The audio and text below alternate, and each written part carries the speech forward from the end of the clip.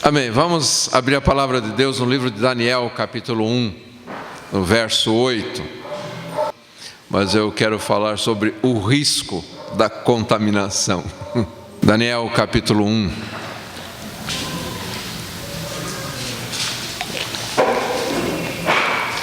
No verso 8, diz assim: Daniel, porém, decidiu no seu coração não se tornar impuro, consumindo as iguarias do rei, nem com o vinho especial servido à mesa do rei, e solicitou ao chefe dos oficiais permissão para se abster daqueles alimentos. Essa versão que eu estou lendo aqui é a nova King James, e eu quis pegar essa versão porque ela traz alguns detalhes, como por exemplo aqui, Daniel, porém, decidiu no seu coração.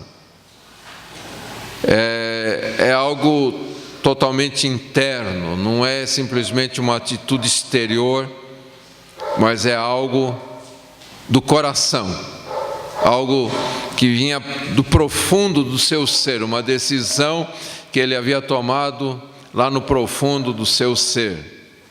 E aqui fala de tornar-se impuro, a outra versão diz de não contaminar-se, né?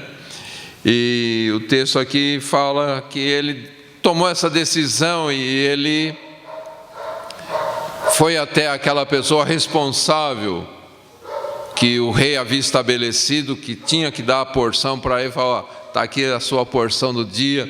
E ele chegou para aquele homem chamado Aspenaz e pediu permissão para não participar daquele tipo de alimento, e pediu que ele queria um outro tipo de alimento. Então, ele toma essa decisão de não contaminar-se com as finas iguarias da mesa do rei. E eu quero pensar o que realmente, quais são esses riscos que Daniel decidiu não correr. Por que dessa decisão? Então nós vamos pensar algumas coisas aqui, vamos fazer uma análise, e há muita divergência entre os comentaristas bíblicos a respeito do porquê da decisão de Daniel. E a primeira posição que muita gente tem é que Daniel não quis participar daquelas coisas porque provavelmente havia no meio de toda aquela comida coisas que eram proibidas pela lei de Israel, que Deus havia dado para Israel. Havia carnes que eram consideradas imundas, por exemplo, a carne de porco, né? Só um exemplo entre tantos. Se você ler lá em Levíticos capítulo 11, você vai ver toda uma relação de coisas que Deus falava para que Israel não comesse daquilo porque era considerado impuro. E provavelmente na mesa do rei havia um monte dessas comidas, né? Mas, por exemplo, Daniel podia pegar somente o que era bom, não é? Ah, não, isso aqui eu posso, isso aqui não, isso aqui sim, isso aqui não, e fazer uma seleção na hora de se servir. Você faz isso, não faz? Você chegar numa mesa, certas coisas que você acha que não convém para você, ou você não gosta, você não pega. E pega uma porção maior daquilo que você gosta, não é verdade? Daniel podia ter feito isso, não é? Mas o texto fala que ele recusou completamente toda a comida do rei, tanto a que incluía alimentos proibidos na lei dos judeus, como alimentos não proibidos. Como também ele recusou o vinho, que não fazia parte das proibições para o povo de Israel. Amém, queridos? Agora, então a gente fica em dúvida, será que é por causa disso que Daniel realmente não quis participar da mesa do rei? A segunda posição é que aquela comida era oferecida a ídolos. E certamente isso era uma verdade. Era costume de todos os povos oferecer aquela comida aos seus deuses, assim como nós o fazemos, né? Oferecemos aquela alimentação ao Senhor, consagramos ao Senhor para participarmos daquela alimentação, crendo no que a Bíblia diz, que se houver alguma coisa impura ali, algum veneno, alguma coisa mortal, não vai nos fazer dano nenhum, porque a bênção do Senhor está sobre aquele alimento que nós consagramos a Ele. Então os outros povos também tinham esse costume. E talvez Daniel, não, eu não quero participar de nada que é oferecido para outros deuses. Então, há essa posição também. E se esse fosse realmente o motivo pelo qual Daniel recusou, estaria certo. Assim como estaria certo recusar coisas que Deus fala para nós nos abstermos. Amém, queridos? Mas há uma terceira posição que eu acho que é mais coerente e é justamente sobre este assunto que eu quero falar, que é o risco da contaminação. Se a gente olhar todo um contexto, o porquê o rei queria que não só Daniel, mas os seus 3 amigos e outros nobres de Israel participasse daquela alimentação, o que não era algo comum, porque quando um país invadia um outro, uma nação invadia outra nação e levava as pessoas cativas, aquelas pessoas eram feitas prisioneiros, e não tinha nada de bom não, gente, eram feitos escravos, e como escravos eles não tinham nada de bom.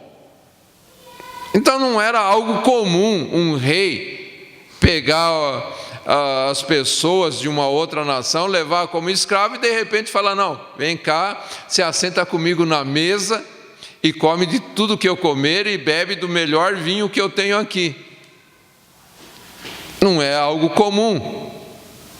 Então, ao estudar as Escrituras, nós vamos perceber que Nabucodonosor tinha uma intenção ao fazer isto. E qual seria essa intenção?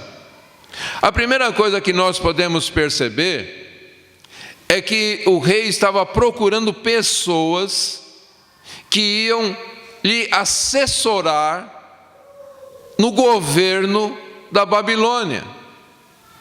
E alguém diz, mas não havia gente sábia, gente capaz na Babilônia para fazer isto? Sim, havia. Mas o povo que foi levado cativo de Jerusalém para a Babilônia era um povo muito grande. E era um povo que o rei sabia, tinha a bênção de Deus. Esses homens conheciam a história. Eles sabiam de como Deus já tinha tirado esse povo do Egito. Sabia que 300 pessoas tinham entrado no Egito e de repente uma grande nação saiu do Egito. Esse rei sabia que esse povo, quando tinha saído do Egito, saiu com todas as riquezas do Egito. Esse rei sabia da história de Israel, de como no deserto Deus livrou esse povo de seus inimigos. Como a bênção de Deus estava sobre este povo, como Deus sustentou e guardou este povo no deserto. E Nabucodonosor, ele tinha esse receio. Ele falou, esse povo está dentro do meu país. Será que eles não vão fazer no meu país o que eles fizeram com o Egito? Será que esse Deus dele não vai se levantar também contra mim? Então o que o rei pensa? Tem um velho ditado que diz, se você não pode com eles, junte-se a eles. Não é? E o que o rei diz? vou trazê-los para mim. Vou fazer com que eles me amem. Vou fazer com que eles se sintam muito bem aqui nesta terra e jamais vão ter o desejo de sair daqui. Vou fazer com que eles se esqueçam de quem eles são. Vou fazer com que eles se esqueçam de suas raízes. E então vou dar o melhor que eu tenho para eles. E eles vão se acomodar. E eu vou poder moldar este povo de acordo com as minhas intenções. Mas o rei não podia pegar todos que ele tinha levado para a Babilônia. Então ele pega quem? Os principais, os nobres, os mais nobres. E ele diz: eu ganho estes, e estes fazem a cabeça dos outros. Eu ganho estes, e eles ganham os outros, todo o seu povo para mim, e nunca haverá rebelião no meu país. Dá para entender isso, queridos? Então, o risco da contaminação, que a gente não veja o verdadeiro risco, que a gente veja que não temos inimigos, que está tudo bem. O rei não nos trata como seus inimigos, o rei nos trata como amigos. O rei não quer o pior para nós, o rei quer o melhor para nós. Dá para entender isso, gente? E essa tem sido a grande estratégia do inimigo nos dias de hoje. Que a gente se acomode num bem-estar. E nessa atitude, nessa posição de nos acomodarmos, nós passamos a ser moldados pelo sistema. Dá para entender isso, gente? Se a coisa está difícil, o que você faz? Você vai arrumar tempo para orar, não vai? Vai ou não vai? Você vai arrumar tempo para ler a Bíblia, não vai? Para achar uma solução. Você vai tentar estar todos os cultos na igreja, não vai? Porque você precisa, porque a situação está difícil. Você precisa de Deus. Mas quando as coisas estão tudo bem, está tudo em paz, hoje não dá tempo de eu ler a Bíblia, mas amanhã eu leio em dobro.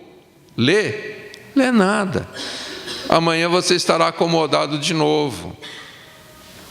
Não tem tempo para orar, mas você não vai se esforçar para ter tempo para orar, porque está tudo bem. Você está comendo a comida do rei, está bebendo o vinho especial da mesa do rei, é amigo do rei, está tudo bem.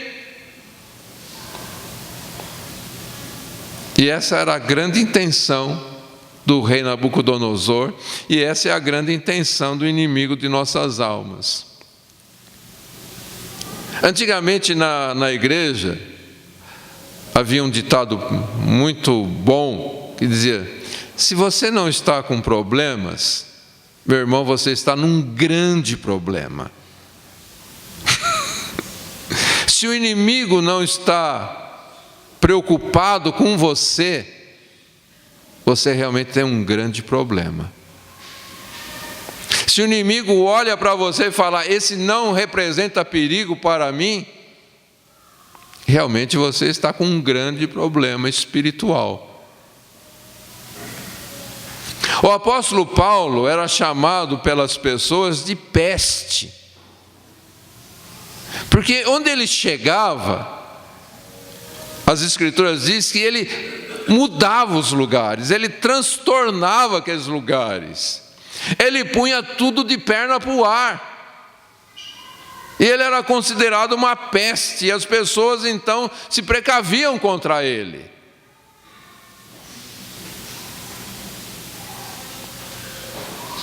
Dá para entender isso, gente?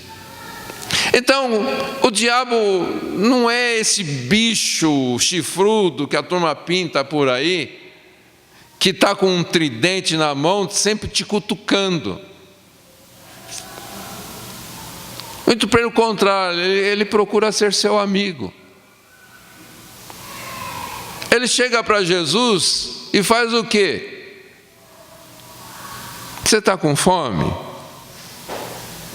Ele sabia que Jesus estava com fome. Ele fala, tem uma solução simples. Manda essas pedras se transformarem em pães. Necessidade. Não fique aí com fome, não. Tem um meio muito fácil de você saciar a sua fome.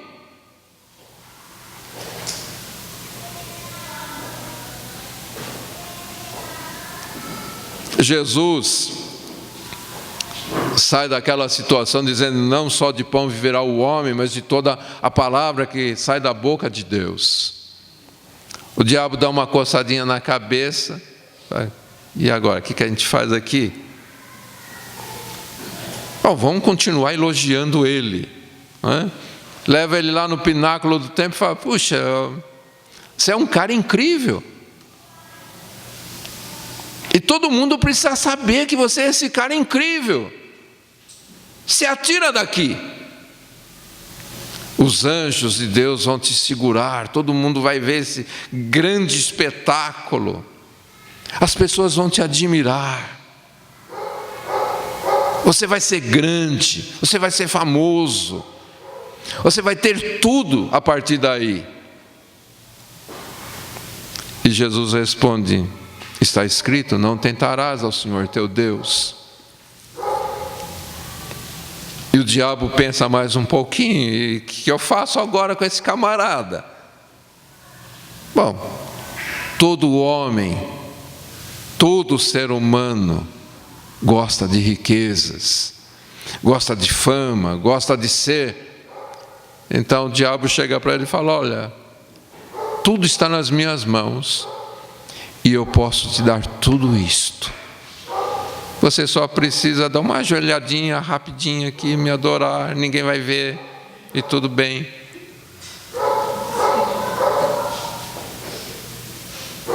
E Jesus responde, somente ao Senhor teu Deus adorarás, somente a Ele darás culto. Amém, queridos? Veja, o que o diabo fez com Jesus foi a mesma coisa que Nabucodonosor quis fazer com esses jovens. E é a mesma coisa que o sistema que nós vivemos faz conosco. As pessoas, antes de querer nos prejudicar, elas tentam ganhar a nossa amizade.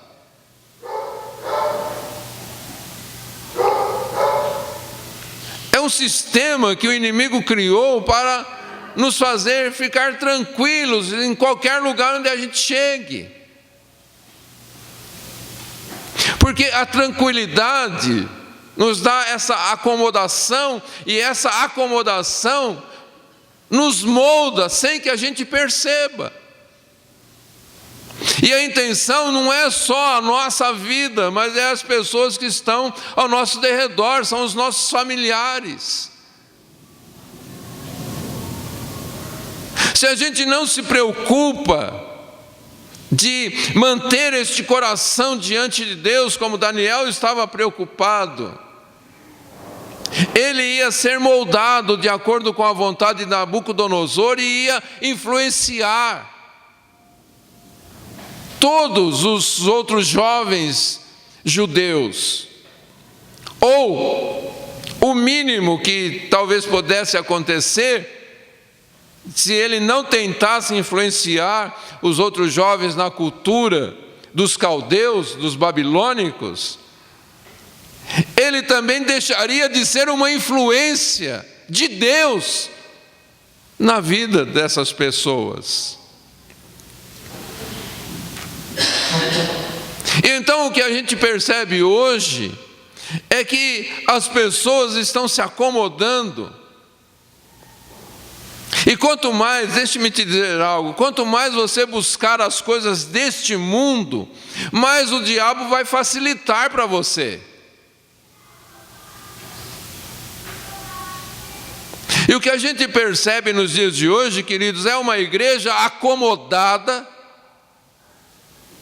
uma igreja que não está mais sendo moldada nos princípios de Deus, não está mais sendo moldado para ser conforme a perfeita imagem de Jesus Cristo, nosso Senhor.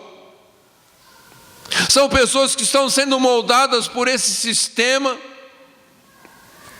são pessoas que estão ficando materialistas, pessoas que estão ficando mundanas, não há uma influência de Deus sobre suas vidas, e suas vidas estão deixando de ser uma influência de Deus na vida de outras pessoas. Nós estamos vendo pais acomodados que não estão moldando mais seus filhos, mas estão deixando seus filhos serem moldados por este mundo. Gente, as leis que estão tramitando no Congresso são terríveis.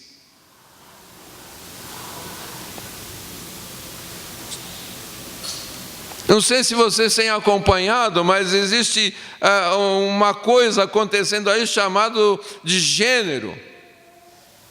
Dizendo, não importa se você externamente é homem ou mulher. Isso é o que menos importa. O que importa é o gênero que está lá dentro. Então você tem corpo de homem, mas se você se sente mulher, você é uma mulher.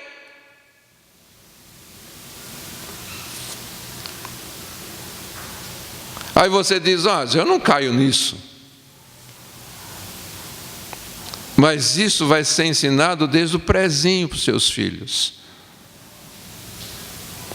Desde pequenininho, seus filhos vão começar a ouvir, olha, não importa se você tem corpo de homem ou de mulher, você vai ser o que você quiser ser.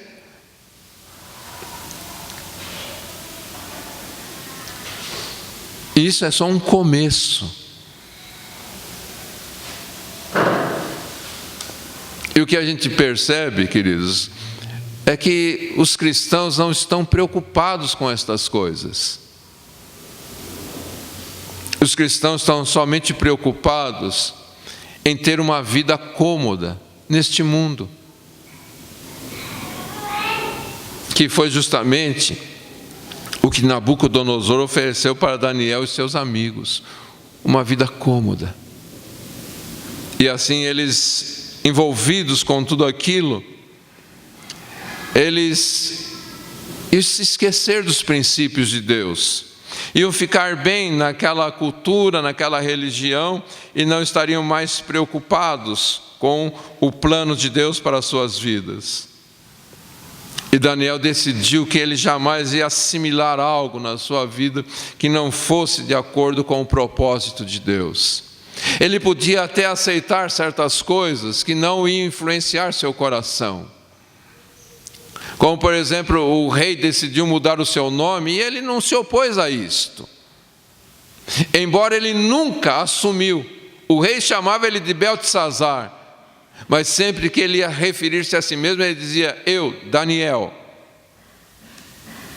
Mas ele não chegou para o rei e falou, não, você não pode me chamar desse nome. Gente, me chame do que você quiser, mas eu sei quem eu sou. Agora, rei, você quer que eu me acomode no seu sistema de vida? Isso não. Dá para entender isso, queridos? Então, a intenção real, volto a dizer, é que tanto Daniel como seus amigos se esquecessem de quem eles eram, de onde eles vieram e a quem eles deviam adorar. Dá para entender isso, queridos?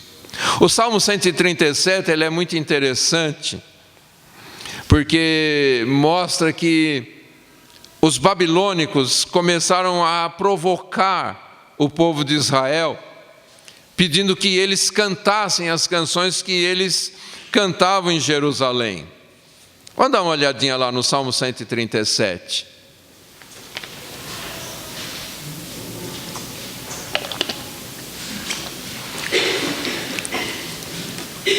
Isso aconteceu lá na Babilônia. Veja só, Salmo 137, começando no verso 1. Junto aos rios da Babilônia, nós nos sentamos e choramos com saudades de Sião. Ali nos salgueiros penduramos as nossas harpas. Ali os nossos captores pediram-nos canções. Os nossos opressores exigiam canções alegres, dizendo: cantem para nós uma das canções de Sião. Como poderíamos cantar as canções do Senhor numa terra estrangeira? Que a minha alma direita definhe, ó Jerusalém, se eu me esquecer de ti. Que a língua se me grude no céu da boca, se eu não me lembrar de ti e não considerar Jerusalém a minha maior alegria. Então o que está acontecendo? Os babilônicos chegam para estes jovens judeus e vê que eles estão ali tristes, eles estão chorando, penduraram suas harpas, não tocavam mais, não cantavam mais.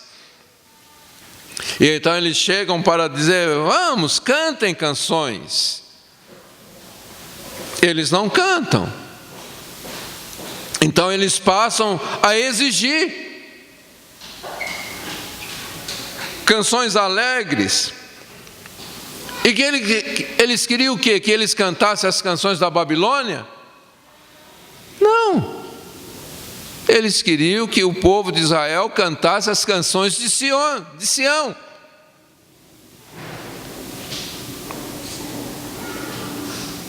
É como que se hoje, no lugar do seu trabalho, as pessoas dizem: canta aquelas canções que você canta lá na igreja.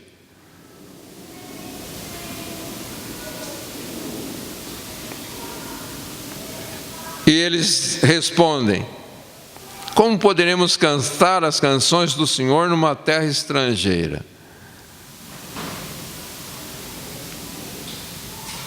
O que significa isso? Que eu não posso cantar um hino de louvor a Deus lá na rua, lá na empresa, em qualquer outro lugar? Não é isso. O que eles estavam dizendo é o seguinte: eu não posso cantar aqui como se tudo estivesse bem, porque não está bem. Eu não estou no lugar onde eu deveria estar. Sabe, gente, você pode estar fazendo coisa errada e cantando hinos ao Senhor, e achando que está tudo bem, porque você está cantando hinos para Deus. E eles disseram, na continuação, que a minha mão direita definhe, ó Jerusalém, se eu me esquecer de ti. Que a língua se grude no céu da boca, se eu não me lembrar de ti e não considerar Jerusalém a minha maior alegria. Trazendo para os nossos dias, seria que a minha mão direita definhe, ó céus, se eu me esquecer de ti. Que a língua se me grude no céu da boca, se eu não me lembrar dos céus e não considerar os céus como a minha maior alegria. Dá para entender isso, gente? O que eles estavam dizendo: não dá para cantar neste mundo se o meu coração estiver neste mundo. Vocês querem, o que eles diziam, vocês querem que a gente cante aqui nos esquecendo de onde nós estamos, de onde nós viemos, quem nós somos? Não, nós não faremos isto. Eu sei quem eu sou, eu sei a quem eu pertenço, e eu sei o motivo para cantar. Eu não vou cantar para alegrar vocês. Eu não vou cantar para mostrar a minha música para vocês. Quando eu canto para Ele. Eu não canto para me sentir bem. Eu canto para Ele. Eu não canto porque eu estou feliz, eu canto porque Ele é digno. Eu canto porque o meu coração é dele. Dá para entender isso, queridos? E é por isso que como eu disse no começo, eu quis usar essa versão para ler o livro de Daniel, porque as outras versões omitem a palavra coração, que é no original hebraico. E essa versão, ela traz o original. Daniel propôs no seu coração. Daniel não estava simplesmente fazendo algo para mostrar para alguém. Ele estava fazendo algo que somente Deus podia ver, o seu coração. Amém, queridos? E é justamente isso que Jesus nos ensina, quando lá em Marcos capítulo 7, vamos ler esse texto, Marcos capítulo 7, e o contexto era justamente sobre a contaminação, o que coloca em risco a nossa vida.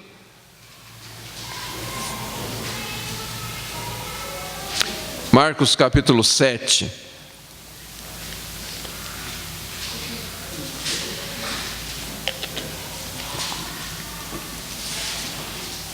Começando no verso 18. Ao que Jesus lhes declarou: ora, pois nem vós tendes tal entendimento, não conseguis compreender que nada que entra no homem tem o poder de torná-lo impuro? Porque efetivamente não entra em seu coração, mas sim em seu estômago, sendo digerido e depois expelido. Ao fazer esta afirmação, Jesus proclamava puro todos os alimentos e disse mais: o que sai do ser humano é o que o torna impuro, pois é de dentro do coração dos homens que procedem os maus pensamentos, as imoralidades sexuais, os furtos, os homicídios, os adultérios, as ambições desmedidas, as maldades, o engano, a devassidão, a inveja, a difamação, a arrogância e a insensatez. Ora, todos esses males procedem do interior, contaminam a pessoa humana e a tornam impura. Veja só, Jesus está explicando a atitude de Daniel, vamos dizer assim. O problema, gente, como eu estava dizendo, não era a comida, mas o que aquele tipo de vida causaria no coração de Daniel. E então ele toma a decisão de não contaminar o seu coração. Jesus deixa claro aqui que nenhum alimento pode tornar o homem impuro, porque nenhum alimento vai para o coração. Nenhum alimento vai para a mente, para o entendimento. Tudo que você comer, disse Jesus, vai para o seu estômago. Vai ser digerido e expelido. E nada disso vai para o seu coração.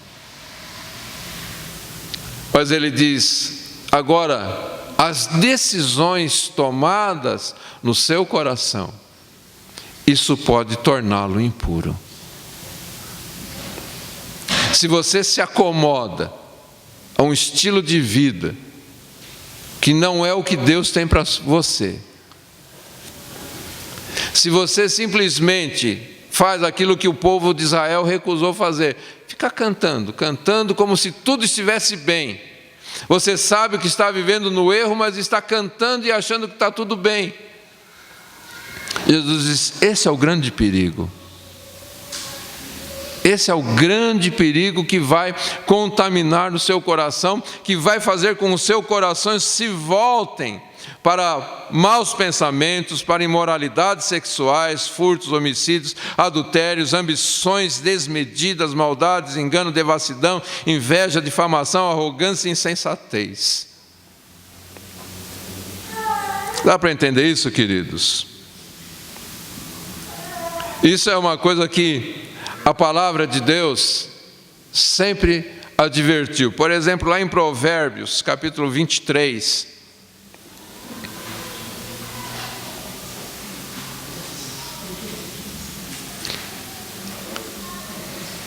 Provérbios 23, no verso 3, diz assim: não cobices todas as iguarias que te são oferecidas, porquanto podem ser enganosas.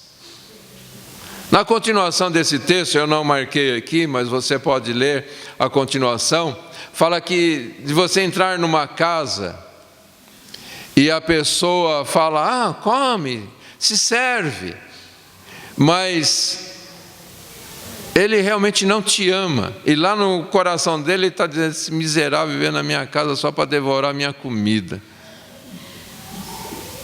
Pode ler, é o que está escrito aí na continuação desse capítulo 23. A pessoa está te oferecendo comida, mas ela está tramando contra você. Ela tem intenções erradas com você. E então ele dá esse conselho: não cobice todas as iguarias que te são oferecidas, porque podem ser enganosas. E é por isso que a Bíblia sempre nos fala de cuidar do nosso coração, de entregarmos o nosso coração para o Senhor. Um texto bem conhecido de Jeremias, capítulo 17, verso 9, diz assim: ora, não há nada mais enganoso e irremediável do que o coração humano. A sua doença é incurável. Quem é capaz de compreendê-lo?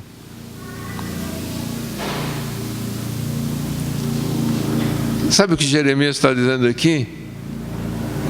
Quando ele diz que o seu coração tem uma doença incurável,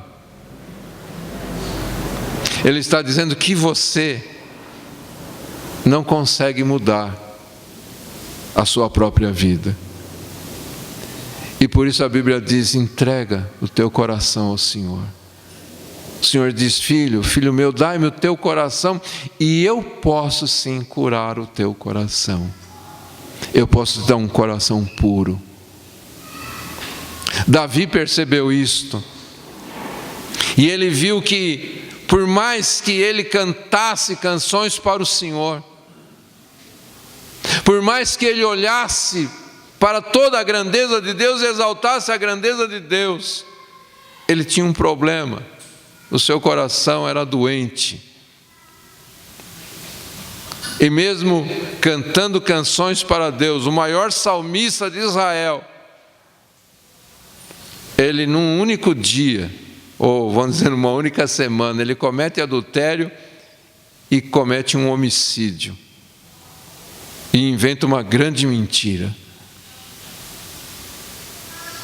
E diante disto, quando repreendido por Natã, o profeta, ele corre diante de Deus e diz: Deus, esse coração aqui não tem jeito não. Me dá um coração novo. E é isso que Daniel faz. Ele diz: eu não vou permitir ser dirigido pelo meu próprio coração. Eu não vou pensar de mim além do que convém, que é um ensino das Escrituras lá em Romanos, que nós não devemos pensar de nós mais do que convém, porque às vezes a gente pensa que a gente é bom, né, gente? Não, eu estou bem, eu estou em comunhão com Deus, eu estou orando, eu tenho estudado a Bíblia, eu estou firme. Quando a Bíblia diz: aquele que pensa que está em pé, tome cuidado para não cair.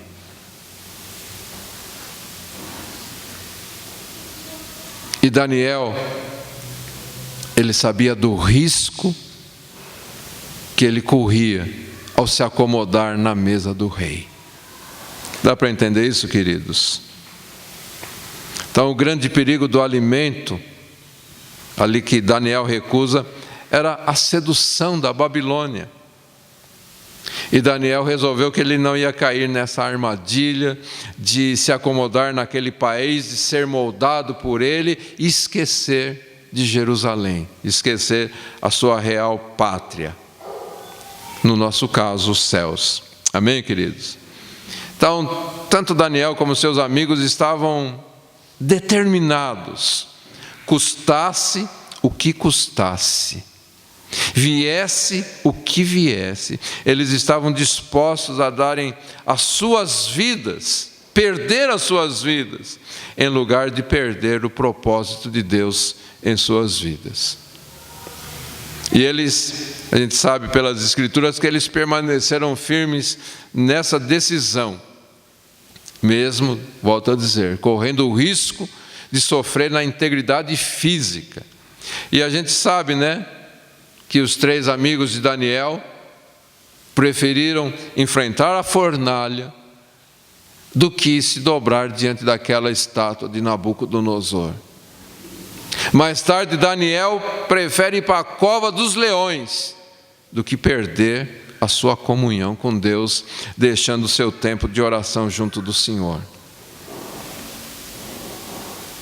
É a decisão, queridos. Veja, não foi uma decisão, só não vou comer isso aqui então, porque é impuro, porque isso ou por causa daquilo outro. Não, é o coração que se mantém íntegro na presença de Deus, que não se deixa moldar por nada, não se acomoda a este mundo de jeito nenhum. Amém, queridos? E Daniel diz: eu não vou viver bem aqui na Babilônia não, porque a minha pátria é Sião.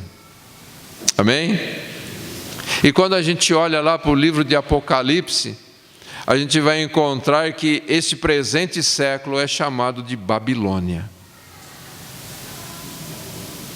Este presente século que nós vivemos é chamado em Apocalipse de Babilônia, porque existe sedução para onde você olhar.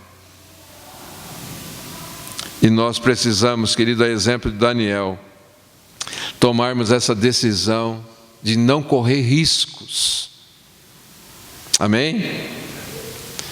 Nós vivemos neste mundo repleto de tentações, de seduções. Por isso nós precisamos estar sempre de olho na nossa pátria celestial.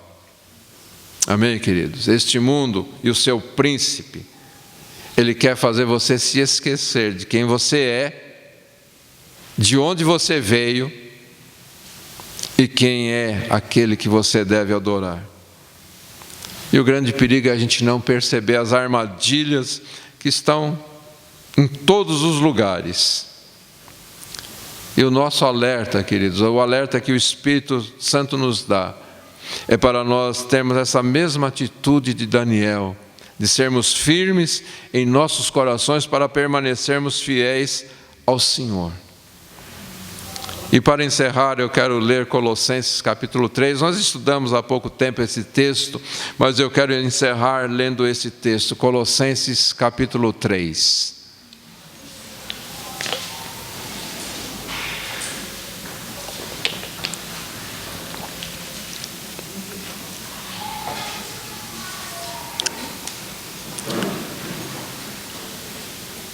Colossenses capítulo 3, começando no verso 1, diz assim: portanto, visto que fostes ressuscitados com Cristo, buscai o conhecimento do alto, onde Cristo está assentado à direita de Deus.